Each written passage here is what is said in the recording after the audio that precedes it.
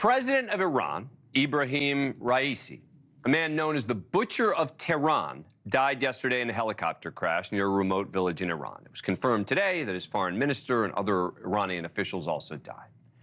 And I'll be honest, when I first heard about this, I immediately presumed Israel was behind it.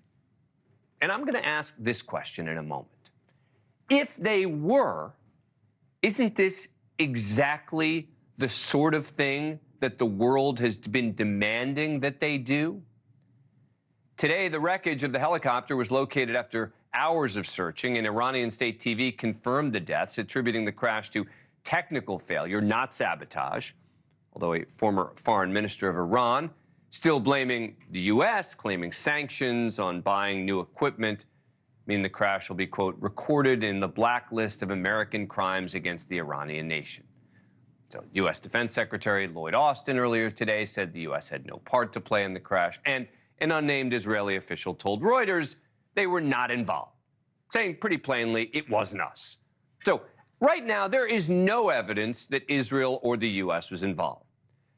So with even the Iranians not pointing the finger at Israel, it seems this is exactly what it looks like, right? Mechanical failure and bad weather conditions that led to a crash. But what if Israel had been behind it? Why isn't that the exact sort of targeted response that we would, maybe even should expect after Iran's missile and drone attack on Israel? After that strike, I called for a limited but targeted response. And Israel's response was limited, intentionally so. And I presumed there might be some additional response targeting Iranian officials coming after those initial strikes. I mean, wouldn't it have been totally within the scope of the targeted response the international community keeps demanding from Israel, as opposed to wider spread bombing that risks civilian casualties? You know, the thing everyone is protesting and calling for an end to?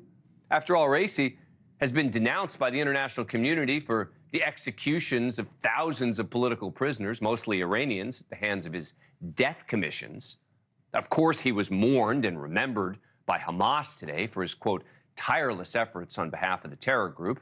Islamic Jihad released their own statement lauding his prominent and clear role in their fight against Israel. Now, I am not advocating for Israel to be going around killing world leaders. It would have all sorts of potential international ramifications. But when we demand of Israel that they be limited and targeted, well, what would be more targeted than a strike on a guy who surely helped plan an attack on Israel? An attack that was not targeted, but widespread, by the way. It brings us back to the question of what exactly are they supposed to do?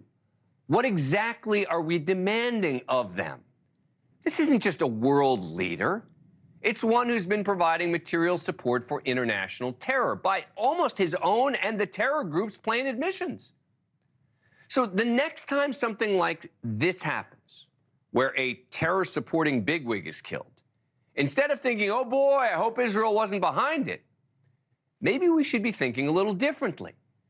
Maybe it's exactly what the world has been demanding that they do. Thank you for watching. Go to newsnationnow.com to find NewsNation on your cable provider. And don't forget to click the red subscribe button below to get more of NewsNation's fact-driven, unbiased coverage.